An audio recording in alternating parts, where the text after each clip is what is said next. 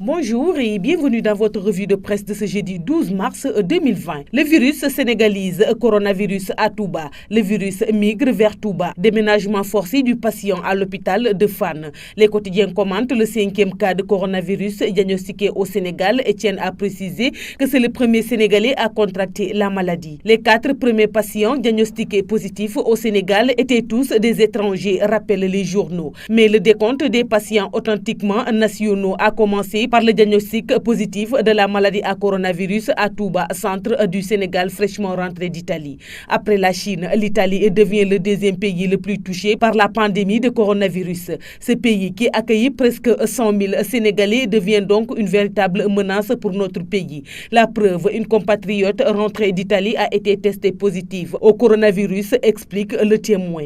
Après la guérison des 4 cas de coronavirus détectés sur son territoire, le Sénégal qui enregistre son premier cas d'un Sénégalais contaminé au coronavirus n'est pas à l'abri de tout ce qui se passe dans les autres pays, commente la Tribune. Ce journal pose la question de savoir s'il ne serait pas nécessaire de fermer l'aéroport de Diass, le plus grand aéroport du pays, afin d'éviter que la catastrophe ne nous tombe dessus. Le premier Sénégalais de souche atteint de la maladie à coronavirus est un émigré établi en Italie, 3 jours après qu'il a pris part au Magal pèlerinage de Porokhane Centre. Il s'est senti mal, rapporte Enquête.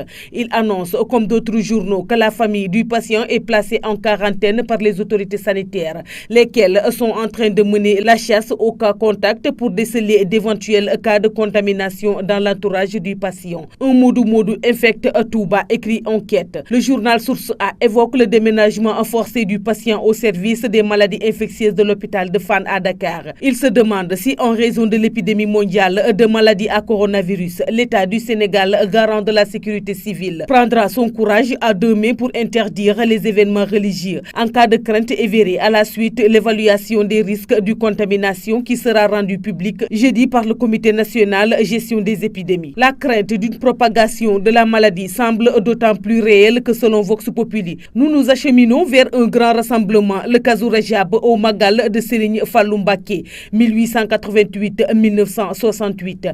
Des milliers de fidèles musulmans prennent part à ce pèlerinage de la communauté mouride, dont la prochaine édition aura lieu le 22 mars à Touba. Une partie des quotidiens accorde la priorité d'autres sujets. Sud Quotidien, de sa part, par exemple, est surtout préoccupé par le ras-le-bol engendré par la pénurie d'eau dans certains quartiers de Dakar, dont Grand Yoff et Niary Tally. Des ménages sont obligés de veiller presque toute la nuit pour s'approvisionner en eau, car le liquide précieux ne coule que vers 2h ou 4h du matin, lit-on dans ce journal. L'AS s'intéresse surtout à la vente de données personnelles. La Sonatel, Orange Money et la CDP ont été cuisinées par l'OFNAC, l'Office national de lutte contre la fraude et la corruption, selon le même journal.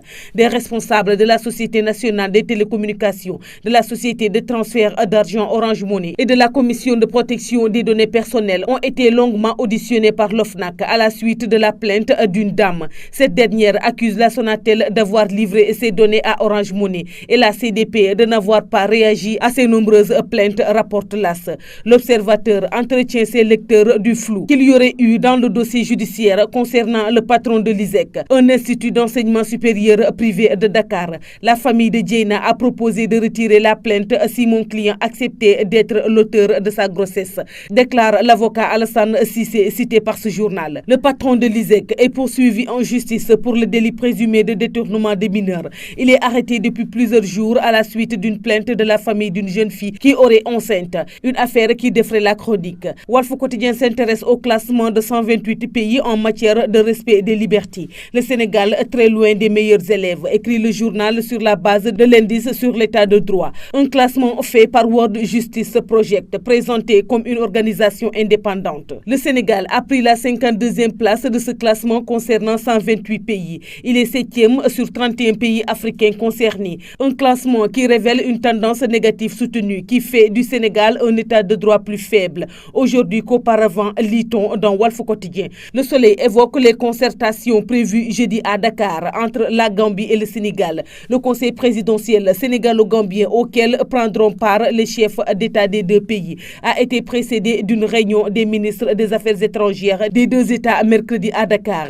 À cette occasion, le ministre sénégalais des Affaires étrangères Amadou Ba a souhaité que les deux pays tentent de relever les défis dans les secteurs névralgiques pour eux: la sécurité, la libre circulation des personnes et des biens, la protection de l'environnement. Le Sénégal et la Gambie, ces deux pays, mais une seule nation, un même peuple, affirme diplomatiquement le ministre gambien des Affaires étrangères Mamadou Tangara, cité par Le Soleil. C'est tout pour la revue de presse de ce mercredi. Merci et bonne lecture à tous.